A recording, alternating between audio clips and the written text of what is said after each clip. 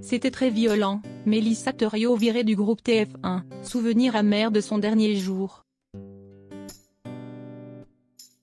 Les téléspectateurs l'ont découverte à l'écran en 2002 sur la chaîne Match Télévision.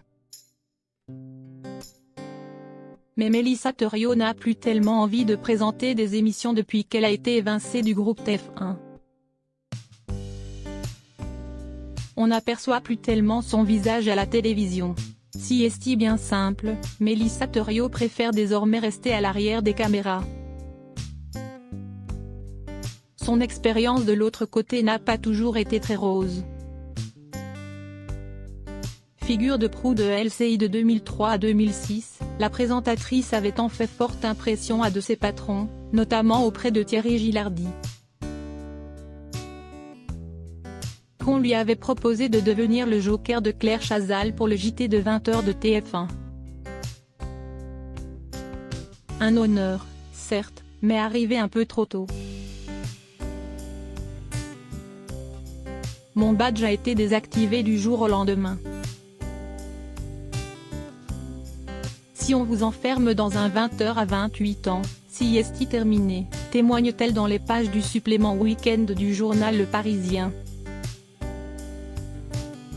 Si est arrivé trop vite et puis, ce n'est pas du tout ce que je voulais faire. Se rattachant fermement à ses convictions professionnelles. L'épouse de Jamel Debbouze avait préféré dire non quitte à fâcher les dirigeants du groupe TF1. Très rapidement, Mélissa Theriault avait été évincée de LCI. Sans grande cérémonie. Mon badge a été désactivé du jour au lendemain, rappelle-t-elle simplement. C'était très violent. Je ne reviendrai pas en arrière. Cette mésaventure est loin derrière elle. Mélissa Theriault a vite rebondi en remplaçant Anne-Sophie Lapix à la présentation du magazine de reportage de M6.